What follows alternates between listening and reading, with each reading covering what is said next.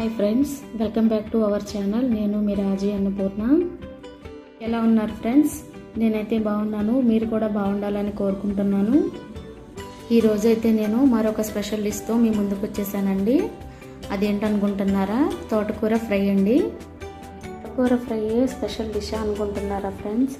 అవునండి, ఈ తోటకూర ఫ్రై మన ఆరోగ్యానికి ఎంతో మేలు చేస్తుంది కదా అండి. ఎన్నో రకాలైన ఆరోగ్య ప్రయోజనాలు కలిగి ఉన్న ఈ కర్రీ స్పెషలే కదండి.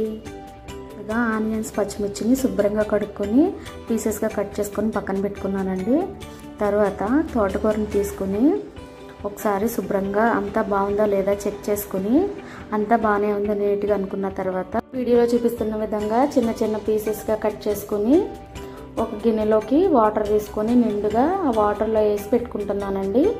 ఎందుకనంటే మనం కట్ చేసుకునే లోపు ఈ ఆకులకి దుమ్ము, మట్టి ఉంటాయి కదండి, అవన్నీ వాటర్లో నానటం వల్ల మనం కడుక్కునే టైంకి ఈజీగా వదిలిపోతుందని. ఇప్పుడు కర్రీ రెడీ చేసుకుందామండి. పొయ్యి మీద బౌల్ పెట్టుకుని 2 టేబుల్ స్పూన్ల ఆయిల్ వేసుకొని ఆయిల్ వీటెక్కాక దీనిలో 2 ఎల్లుల్లి రెబ్బలు, 2 ఎండుమిర్చి, తాలింపు పప్పులు వేసుకొని అవి కొంచెం ఫ్రై అయ్యాక ఒక 2 రెబ్బలు కరివేపాకు, ముందుగా కట్ చేసి పెట్టుకున్న ఆనియన్, పచ్చిమిర్చి పీసెస్ని యాడ్ చేసుకొని లైట్గా ఫ్రై చేసుకోవాలండి.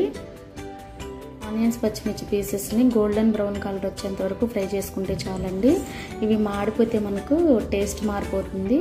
ఇదనే కాదు, ఏ కర్రీలోనైనా ఆనియన్, పచ్చిమిర్చి మాడిపోతే కర్రీ టేస్ట్ మారిపోతుందండి. దీన్ని ఫ్రై చేసుకునే ఆనియన్స్లో 1 టేబుల్ స్పూన్ సాల్ట్ని యాడ్ చేసుకుని చూడండి ఫ్రెండ్స్, ఆనియన్స్ బాగా గోల్డెన్ బ్రౌన్ కలర్లో మగ్గిపోయినాయండి. మూత పెట్టుకుని ఒక 10 నిమిషాలు మగ్గించుకున్న తర్వాత దీనిలోకి మనం ముందుగా కట్ చేసి పెట్టుకున్న తోటకూరని శుభ్రంగా 1కి 2 సార్లు కడుక్కొని ఆ మొత్తాన్ని ఈ ఆనియన్స్లో యాడ్ చేసుకుని ఒకసారి మొత్తం తిప్పుకొని మూత పెట్టుకుని ఒక 10 మినిట్స్ బాగా మగ్గించుకోవాలండి ఆయిల్లో. తోటకూర ఈజీగా మగ్గిపోతుందండి. దీనిలోనే 1 టేబుల్ స్పూన్ పసుపుని యాడ్ చేసుకుని మొత్తం కలుపుకొని ఒక 5 నిమిషాలు ఆయిల్లో బాగా మగ్గించుకున్నాక ఒక 2 టేబుల్ స్పూన్ల కారాన్ని కూడా యాడ్ చేసుకొని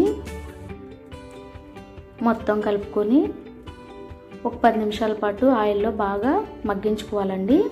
ఇలా ఆయిల్ కొంచెం పైకి తేలితే చాలండి, గుమగుమలాడే తోటకూర ఫ్రై రెడీ అండి. మరిన్ని వీడియోల కోసం కామెంట్ చేయండి, లైక్ చేయండి, షేర్ చేయండి, నా ఛానల్ని సబ్స్క్రైబ్ చేయండి ఫ్రెండ్స్.